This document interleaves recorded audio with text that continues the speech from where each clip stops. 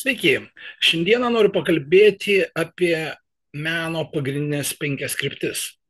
Tai galima šiuolaikinį meną arba netgi šiuolaikinio meno rinką suskirstyti tokius pagrindinius 5 segmentus, kurie yra tam tikri vizualiniai, dominuoja vieni arba kiti menai. Tai, kaip teigia didžioji dauguma meno kritikų, galima aiškiai įvardinti tas 5 kryptis. Tai pradėkime. Pirmas tai yra komercinis menas.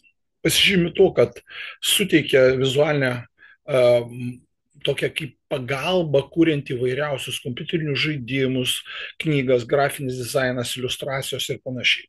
Antra veiklos tipas arba meno tipas tai yra taikomasis menas. Svarbiausia yra dekoratyvinis aspektas. Tai dažniausiai būna keramika, stiklas, tekstilė, juvelyrika ir panašus meno kūriniai. Toliau, vadinkim dailę, ne? Dažniausiai tai akademinė tapyba, skulptūra, kurios pagrindinis principas yra tai, kad tai yra tiesiog reikalauja tam tikro akademinio išsilavinimo, siekimo padaryti tokias gražias, universales, išbaigtas formas. Sekantis dalykas yra vadinamas, tai yra dekoratyvinis menas. Pagrindinis akcentas sudedamas yra grožiui, į individualią aplinką. Tai gali būti tapyba, skulptūra, printai, kažkokie vieni arba kiti meno objektai. Svarbiausia, kad būtų kažkas tai gražu, integruota.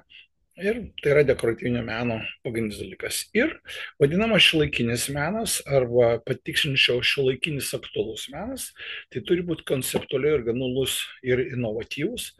Šį meną jis gali pasireikšti ir tapybų, ir skulptūrų, ir fotografijai, performanso, žemės mene, instaliacijos, skaitmeninė mene, ir daugybė kitų variantų. Tai kaip matot, esminis dalykas yra, kada menininkas apsisprendžia, kokio jisai srity dirbs. Iš tikrųjų, tai realiai paėmus kiekvienas menininkas, jeigu jis turi pakankamai meistriškumo, jis gali dirbti visose 5 srityse. Bet dažniausiai menininkas apsprendžia, kad daugiau dirbs vienoje arba kitoje srityje ir ten siekia kažkokio, pavadinkim, ne tik meistriškumo, bet ir pripažinimo. Ir žinoma, tada atsiranda, aš taip pasakyčiau, tiesiog skirtingos karjeros galimybės. Pavyzdžiui, jeigu susiminėjate, vadinkim, ten komerciniu menu, tai iš tikrųjų jūs labai galite gerą karjerą padaryti, ten kuriant video žaidimus ir visus kitus dalykus. Reikia paminėti, kad iš tikrųjų šioje srityje yra dabar daugiausiai investicijų į šią rinką, daugiausiai galima gauti darbo, tokio pastovaus, kas kai kurie menininkam yra tikrai svarbus klausimas. Žinoma, visada išlieka aktualus ir taikomasis menas, ir dekoratyvinis menas. Bet jeigu taip žiūrėti, kas dedasi rinkoje, tai jeigu norim kažkaip tai pabandyti kažką tai palikti istorijai iš savo darbų, tai žinoma, norit ar nenorit, jūsų akis turėtų vis tiek krypti į tą šiuolaikinį aktualų meną, kur jisai rodomas, pavyzdžiui, manifestoj arba Venecijos bienalė iš dalies, žinau, Venecijos bienalė, nes Venecijos bienalė ir kitokių darbų yra.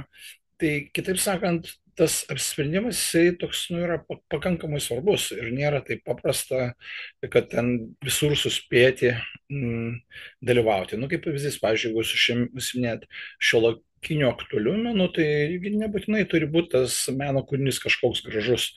Svarbiausia jam reikalavimas tai yra konceptualus. Jisai turi būti pagrįstas kažkokiu konceptu, kažkokia aktualia problema ir panašiais dalykais.